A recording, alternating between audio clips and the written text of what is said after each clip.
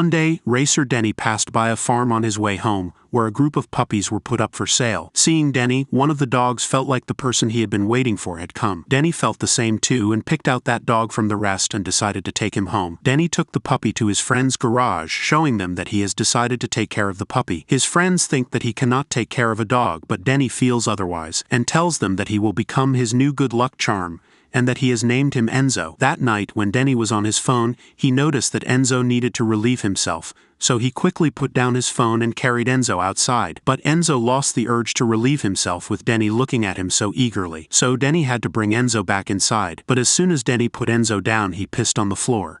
Denny put Enzo inside a box he prepared for him to sleep and went to bed. But Enzo ran to Denny's bedside and woke him up. So he decided to take Enzo to the living room and settled on the couch. Denny turned on the TV and saw that Enzo was interested in watching the car race. So Denny held Enzo in his arms and then took its paws, showing him the maneuvers for the race. From that moment on, Enzo fell completely in love with racing. The next day, Denny brought Enzo to the racing circuit. Enzo felt like this is the place he truly belonged, and it was like heaven to him. Enzo sees Denny speeding on the racetrack and becomes incredibly excited. When Denny wins the race and claims the championship, Enzo feels an immense sense of pride, as if he had won the race itself. A year goes by, and both Denny and Enzo grow up together in each other's company. Denny competes on the racetrack while Enzo cheers him on. Once they returned home, Enzo and Denny went running together. In the evenings, they watch recordings of the day's race, analyzing everything, and Enzo learned a lot from Denny about racing. When Enzo saw Denny on the track, sincerely teaching his students, he knew Denny would eventually become a top racer. In Enzo's eyes, Denny was always the best racer. These two were inseparable and spent time in each other's arms. Until one day, a woman named Eve appears, disrupting Enzo's peaceful life. Enzo felt like Eve was a threat to him and knew that Denny liked her. He tries to pull Denny away from her, but he is unsuccessful. Denny doesn't listen to Enzo and invites her over for dinner with his friends.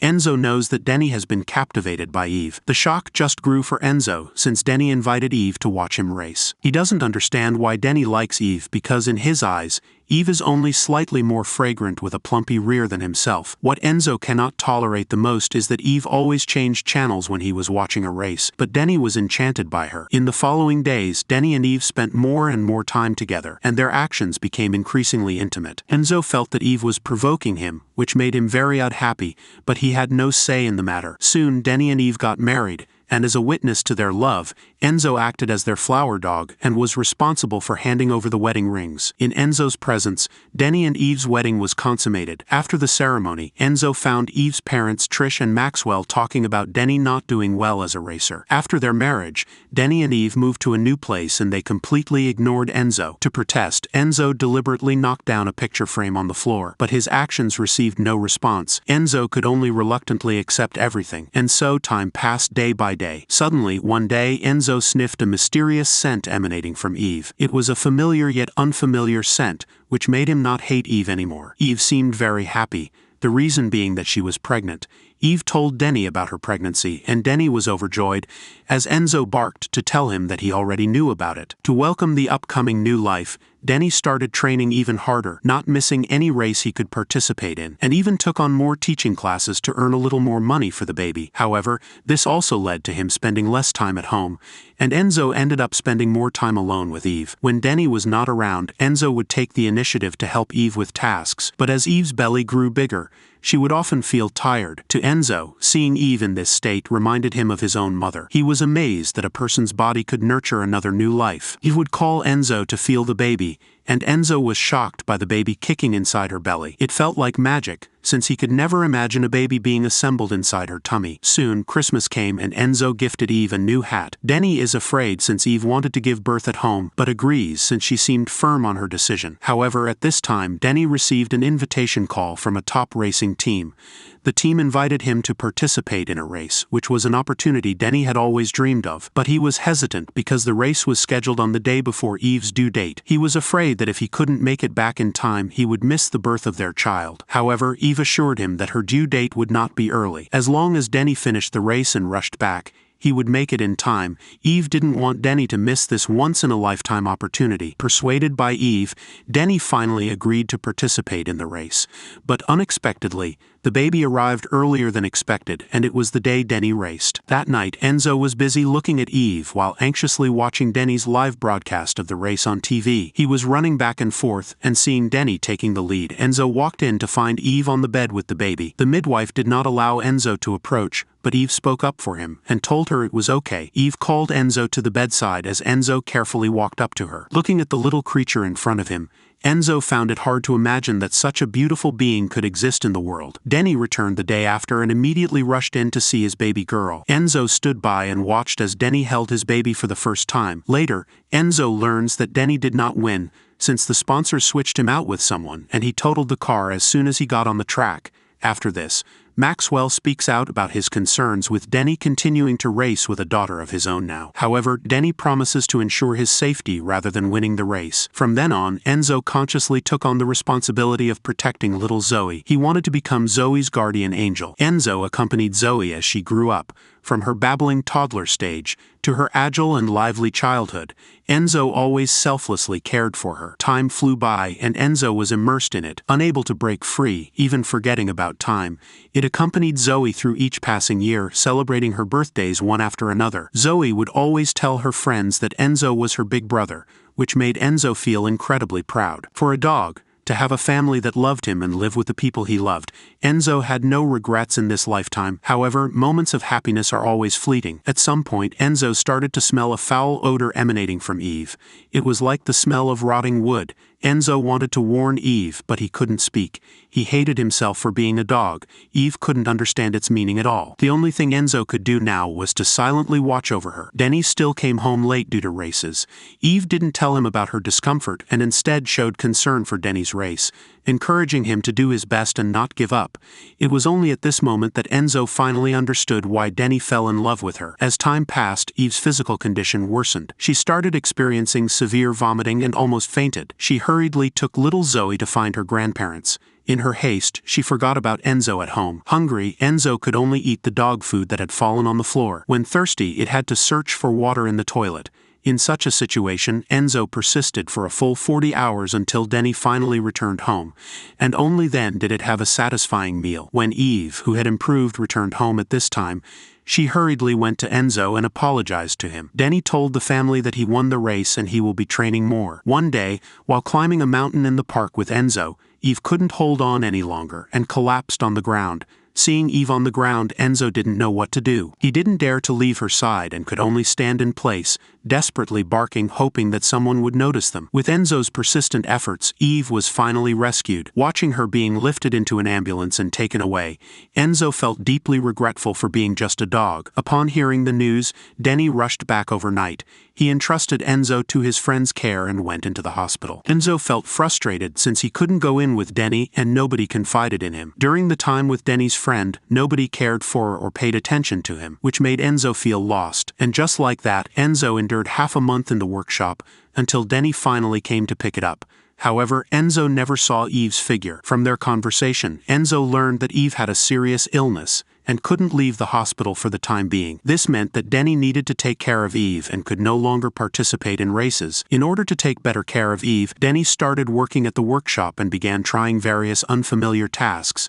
Every day after dropping Zoe off at school, he had to rush back to work. In the afternoon, Zoe would be sent to her grandparents' house after school. Whenever Denny was alone, he would sit there lost in thought for a long time. Enzo didn't want to see Denny like this, so he would pull him along to go out and find solace. With Enzo's devoted companionship, Denny gradually emerged from the darkness. Soon, the family managed to get along, and Zoe took Enzo's place to start loving racing from Denny. After 3 months of hospital treatment, Eve finally returned home, but Denny felt that it would be better for Eve to stay with her parents since they are always around to take care of her. Trish and Maxwell wanted everyone to stay there since they believed Eve wouldn't make it, but Denny never really thought like that and wished for Eve to get back to her old self. Eve too wished for Denny to start racing again, and did not want him to quit because of her. Enzo tried his best to lift their mood whenever they went outside the garden. However, Eve's condition worsened, and Enzo didn't want her to leave.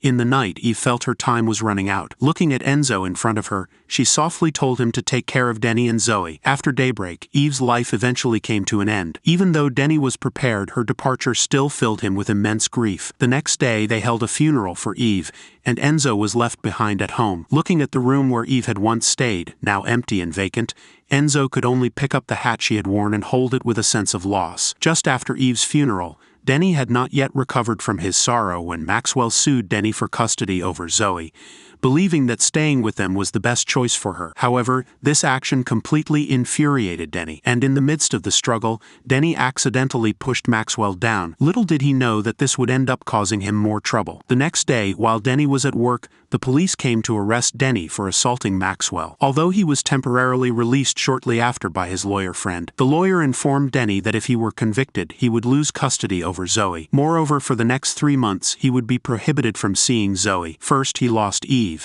and now he was on the verge of losing his daughter. Under this double blow, Denny collapsed. Denny, who had lost everything, ran in the rain, venting his grief. Enzo, worried about Denny, followed closely behind, but Enzo was old now, and he couldn't keep up with Denny's pace. When they reached an intersection, Enzo failed to notice an approaching car, and it was too late for Denny to stop him. The car couldn't avoid him and collided with Enzo directly. Denny hurriedly carried Enzo to a pet hospital. After a doctor's diagnosis, it was revealed that Enzo was experiencing significant internal bleeding, along with some kidney damage. The doctor also cautioned Denny that due to Enzo's age, he might not live long. Denny was overwhelmed with self-blame and silently prayed, hoping that Enzo would recover. Enzo, on the other hand, couldn't bear to see Denny heartbroken. Denny had already lost Eve and Zoe.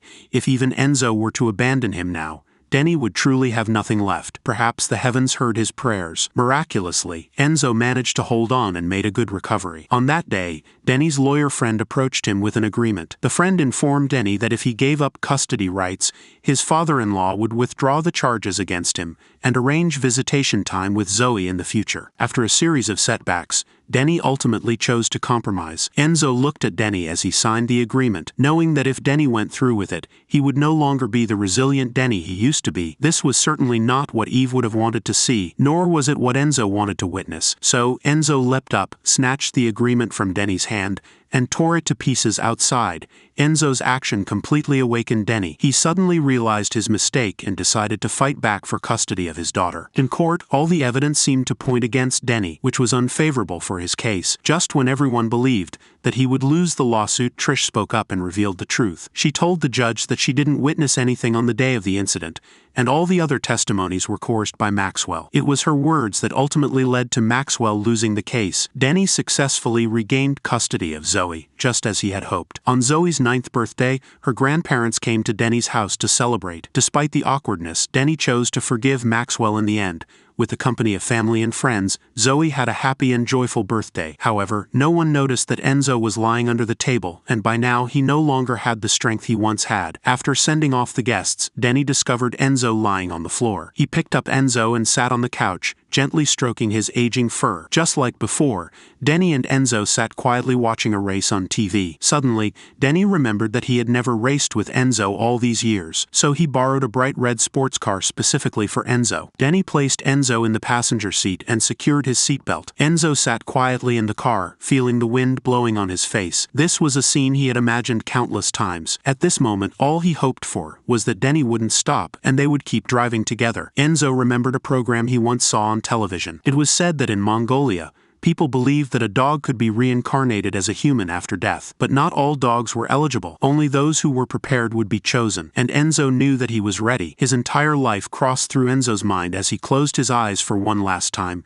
8 years later, just as Enzo had anticipated, Denny became a top-notch racing driver. And Zoe brought a father and son to meet with Denny. The father said that his son admired Denny greatly and wanted to be just like him one day. Denny asks the kid's name and hears the kid say that his name is Enzo. Denny sees Zoe smile at him and understands why she brought them over. He gets emotional and tells them that the kid reminded him of an old friend. Denny gives his number and tells the father that he will help Enzo be a race car driver. "I am not crying, you are,"